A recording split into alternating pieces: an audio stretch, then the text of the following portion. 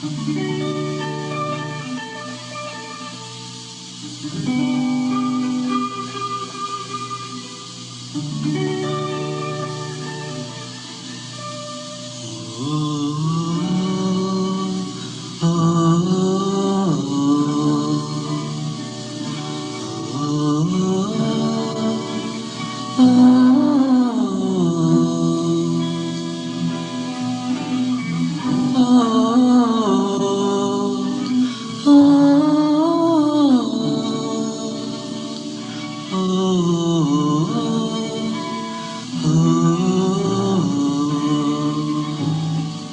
ปรดทรงแบ่งนิด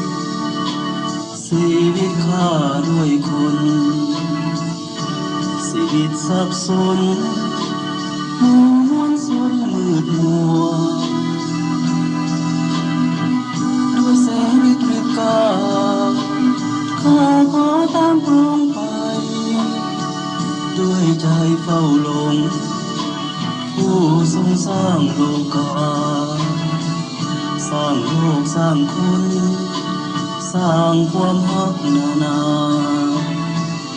โปรดสร้างสิ่งใดข้าผู้ยังอ่อนในพระเยซูผู้ยิ่งใหญ่ใจมวลชนคนบาปพระคริสต์ติดในใจข้านี้นิรันดร์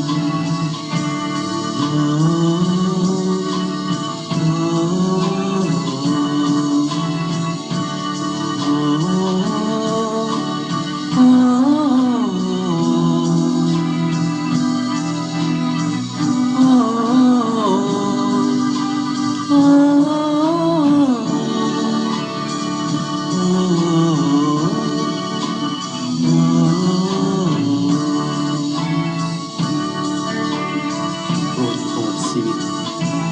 โทษข้านี้พ้นกับที่เคยสร้างทำความอับเศร้าใจมาประเสริญพระเจ้าใหม่ให้เส้นทางสว่างไปชีวิตแจ่มใสใจข้าหักพระเยซูโปรดชีวิตโปรดข้านี้พ้นกรรมที่เคยสร้างทำความอับเศร้าใจมาประเสริญพระเจ้าใหม่ให้เส้นทางสว่างไปชีวิตแจ่มใสใจข้ารักพระเยซู